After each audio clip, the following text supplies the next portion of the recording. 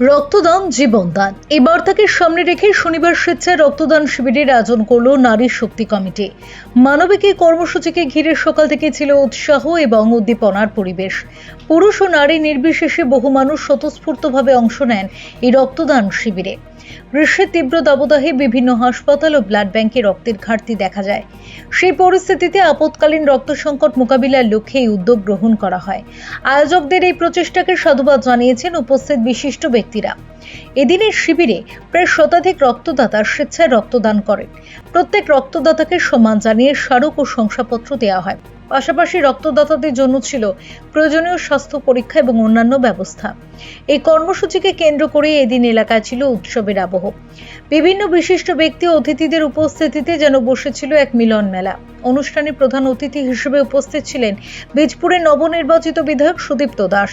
তিনি নারী শক্তি কমিটির এই উদ্যোগের প্রশংসা করেন এবং সমাজের প্রয়োজনে এই ধরনের মানবিক কর্মকাণ্ড আরও বেশি করে এগিয়ে নিয়ে যাওয়ার আহ্বান জানান। আয়োজকদের পক্ষ থেকে জানানো হয়, শুধুমাত্র রক্তদান শিবির নয়, আগামী দিনেও এলাকার মানুষের পাশে থেকে বিভিন্ন সামাজিক ও মানবিক কর্মসূচি গ্রহণ করার পরিকল্পনা রয়েছে তাদের। মানুষের প্রয়োজনের সময় পাশে দাঁড়ানোই তাদের মূল লক্ষ্য। সবাই দায়িত্ব সম্পর্কে সচেতন হয়েছে।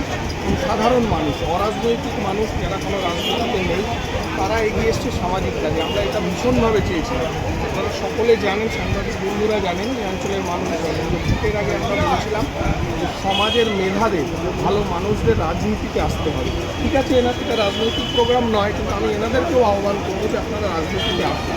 যে রাজনীতি, আমি বলছি না যে কোনো দল, আমি আমার দলে আহ্বান করব, কিন্তু তার চেয়েও বেশি আমি চাইবো যে এনারা রাজনীতিতে এগিয়ে আসুন। কারণ আমি চাইছি যে ভালো মানুষদের হাতে রাজনৈতিক নিয়ন্ত্রণ থাকুক। দেশের সরকার কে হবে, কাউন্সিলর কে হবে, বিধায়ক কে হবে, সাংসদ কে হবে, মুখ্যমন্ত্রী কে হবে, প্রধানমন্ত্রী কে হবে, তার নিয়ন্ত্রণ সমাজের শিক্ষিত সচেতন মানুষের হাতে থাকা উচিত। রাজনৈতিক নিয়ন্ত্রণ যখন লুম্পেনদের হাতে আর দুষ্কৃতীদের হাতে চলে যায়, তখন পশ্চিমবঙ্গের যে অবস্থা হয়েছে সেই অবস্থা হয়। স্কুল থেকে টাকা পাওয়া যায়, আরও অনেক নোংরা কিছু পাওয়া যায়। তার প্রধান কারণ হচ্ছে যে রাজনৈতিক নিয়ন্ত্রণটা বিগত 15 বছর ধরে কিছু লুম্পেন আর দুষ্কৃতীদের হাতে চলে গেছে। এবার এই একটা সরকার বদলেছে, কিন্তু গোটা সিস্টেমটাকে যদি আমাদের একদম পরিবর্তন করে ফেলতে হয়, তাহলে সচেতন মানুষদের রাজনীতিতে আসতে হবে, সেটা তাদের নৈতিক দায়িত্ব। তাই আমি খুশি যে এনারা এসছেন। আগামী দিনে এনাদেরকে আমি তো জ্বালাবো, মানে আমি এটা করতে হবে, ওটা করতে হবে, সেটা করতে হবে, আমি খুব জ্বালাতন করবো এনাদেরকে। তবে এটা ভালো লাগবে, হয়তো খুব পরিশ্রম হবে, কিন্তু আমাদের ভালো লাগবে। কারণ ভালো কাজ করতে সকলে মিলে থাকতে কার না ভালো লাগে। এই নারীদের আজকের উদ্যোগ হচ্ছে নারী শক্তি কমিটির থেকে রক্তদান শিবির।